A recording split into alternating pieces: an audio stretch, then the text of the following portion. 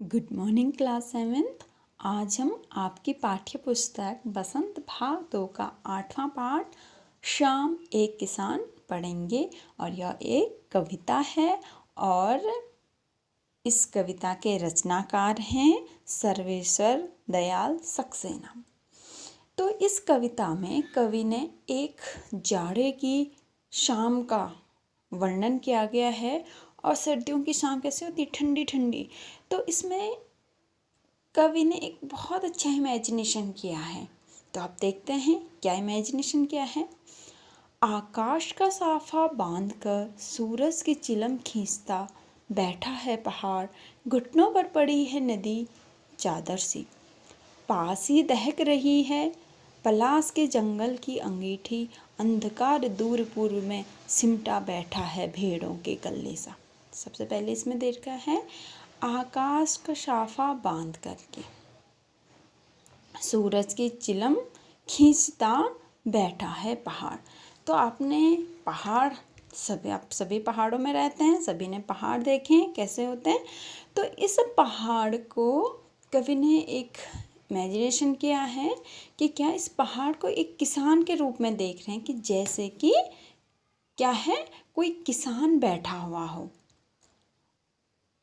और इसमें क्या है, मानवीकरण किया गया है। मानवीकरण का अर्थ होता है जब हम किसी भी वस्तु को, जीव जंतु, इनको क्या करते हैं, मनुष्य के रूप में सोचते हैं, मनुष्य के रूप में देखते हैं, तब वहाँ पर मानवीकरण अलंकार होता है। तो यहाँ पर भी कवि ने क्या किया है, पहाड़ है, पहाड़ को यह सोचा है, एक कल्पना की है कि मानो ये क्या है, एक किसान बैठा हो। और जो पहाड़ क्या है, ऊंची ऊंची चोटियाँ होती हैं, पहाड़ के ऊपर क्या होता है, आकाश होता है। और वो जो आकाश है, आकाश को माना है कि उस किसान ने अपने सिर पर क्या साफा बांधा हो। साफा यानी पगड़ी बांधी हुई है। ये आसमान है, ये पहाड़ है और ये आसमान है। तो कवि कह रहे हैं कि ऐसा लग रहा है कि मानो क्या, कि उसने क्या कर रखी है, एक पगड़ी बांधी हुई है अपने सर पर। किसने, इस पहाड़ रूपी किसान ने। और सूरज की चिलम खींचता, और जब शाम का समय होता है तो सूरज कैसा होता है, आपने देखा होगा, लाल रंग का हो जाता है, लालिमा छा जाती है सूरज में। तो कह रहे हैं कि वो सूरज ऐसा लग रहा है कि जो मानो किसान है वो उसको, वो चिलम पी रहा हो। अब चिलम कैसे होती है, ऊपर उसमें कोयले होते हैं, कोयले लाल लाल रूप से दहकते हैं।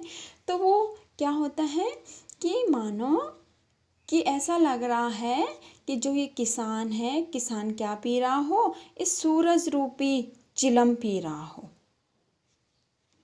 फिर आगे, घुटनों पर पड़ी है नदी चादर सी।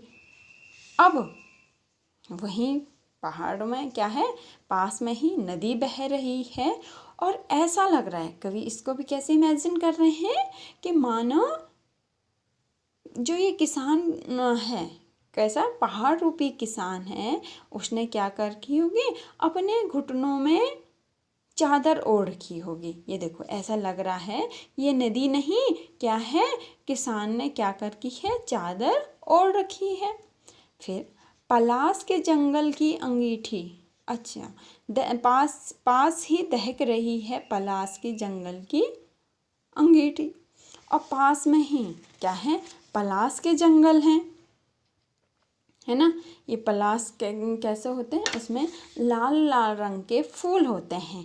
और ऐसा लग रहा है मानो वो पलास के जंगल नहीं है, क्या है, उस किसान ने अपने पास में ही सेकने के लिए, गर्मी पाने के लिए क्या कर की होगी, आग जला रखी होगी, है ना।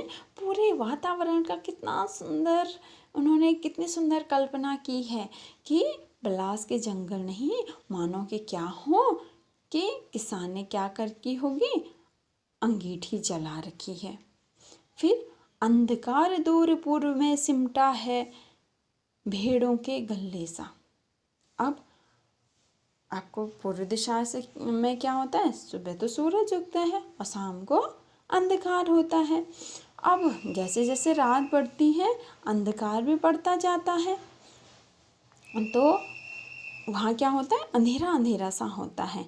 तो ऐसा लग रहा है कि पूर्व दिशा में क्या हो, भेड़ों के गल्ले सा, यानी को भेड़ों का समूह चल रहा हो। तो उस पूर्व दिशा के अंधकार को कवि ने क्या माना है, भेड़ों का समूह मानो कि वहाँ क्या है, भेड़ों का समूह चल रहा हो। तो इस प्रकार से इन्होंने ये वर्णन किया है। आप पहले से दोबारा देख लो।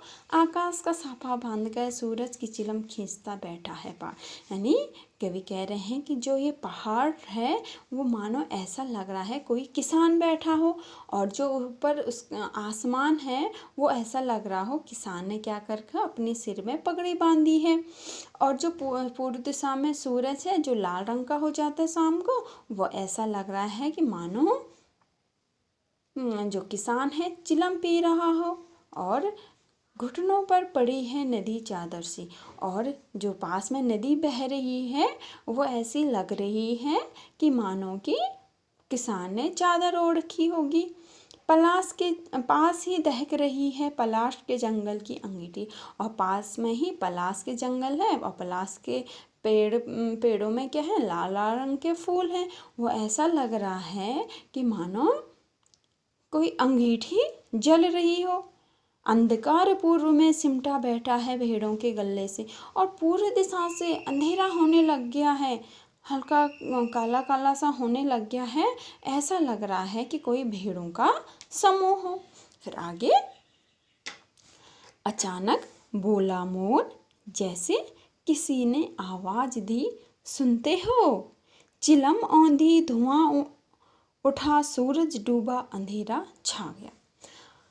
अब अचानक इसी समय, शाम का समय है, इसी समय मोर ने आवाज़ की और कवि को ऐसा लगा, क्या लगा, जैसे कि किसी ने आवाज़ दी होगी कि अरे सुनते हो। तो जैसे ही कोई ध्यान मग्न रहता है, अगर थोड़ा कहीं आवाज़ आती तो वो बिल्कुल घबरा सा जाता है। कई बार उसके हाथों में कोई चीज़ होती है वो गिर जाती है। ऐसे ही कवि क्या कह रहे हैं, ऐसे ही किसान बैठा है, तभी क्या हो गया, ये मोर है, मोर ने आवाज़ दी और किसान को कैसा लगा, इस पहाड़ रूपी किसान को लगा कि किसी ने कहा हो, अजी सुनते हो। तो वो थोड़ा हड़बड़ा गया और उसके हाथ में जो चिलम थी वो औंधी औंधी की, यानी उल्टी होकर के गिर गई।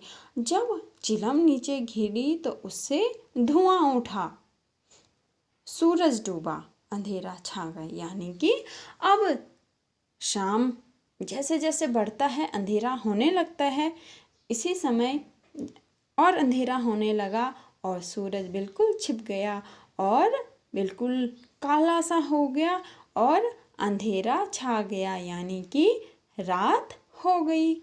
उम्मीद है आपको ये कविता पसंद आई होगी।